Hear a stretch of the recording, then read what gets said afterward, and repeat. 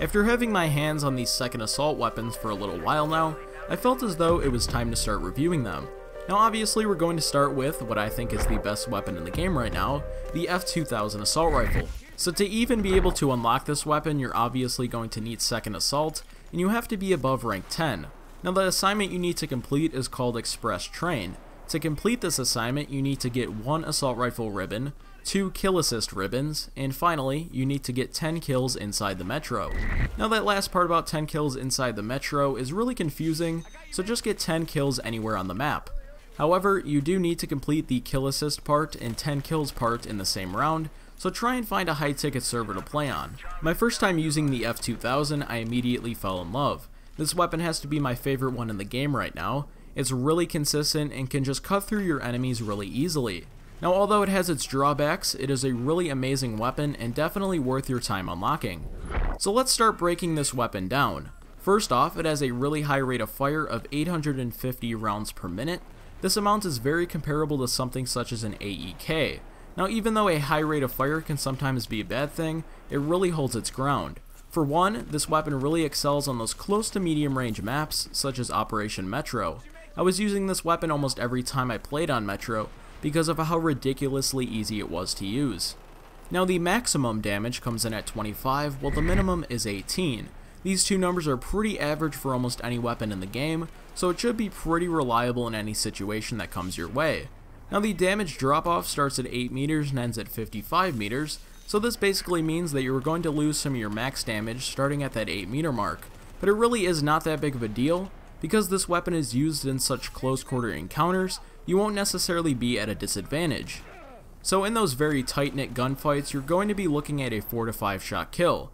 Based on this weapon's rate of fire, you will dominate anyone that comes your way. The muzzle velocity comes in at about 600 meters a second unsuppressed, and 380 with a suppressor on. So whether or not you want to play that stealth role and sneak around the map and flank your enemies is up to you. I use the compensator to account for the horizontal recoil, plus it helps in those medium range engagements. Speaking of recoil, the F2000 has a vertical of 0.24, a left of 0.4, and a right of 0.5. Here's where that compensator really comes into effect. You have 2 different recoil amounts for your left and right. I don't like when a weapon has that. It's really annoying because the gun leans more towards the right when you fire it. Although I won't have to deal with the recoil as much in close quarters, I still don't like having it at all. The magazine size for the F2000 is a standard 30 rounds, with that additional round in the chamber. It fires 5.56 by 45mm NATO rounds as well. Now I would have liked to see this weapon have something along the lines of 40 to 50 rounds in the mag, although that might be considered overpowered. If there's a large group of enemies, you will run out of ammo in the process of killing them. So I definitely am disappointed in the ammo count. I just wanted a little bit more, and the reloading time of the F2000 is 3.9 seconds with an empty mag, and 2.7 seconds with rounds still in it.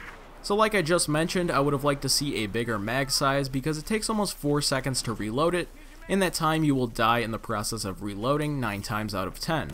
My recommended loadout for the F2000 would have to be a reflex or hollow sight, angled foregrip, laser sight, and compensator. Now my overall rating of this weapon would have to be a 4 out of 5. It is a close quarters beast to say the least. Hey, that rhymed. Now if you are still unsure about taking the time to unlock it, I would definitely spend the time doing so. You will not be disappointed, especially if you play CQC maps and game modes. But anyways, that's about it for today's video. Let me know what weapons from Second Assault you want me to review for the next one in the comments down below. If you want to stay up to date with Battlefield 4 and Titanfall, then make sure to subscribe for weekly content. Thanks for watching everyone, but until next time, this is Zainov and I'll see you in the next one.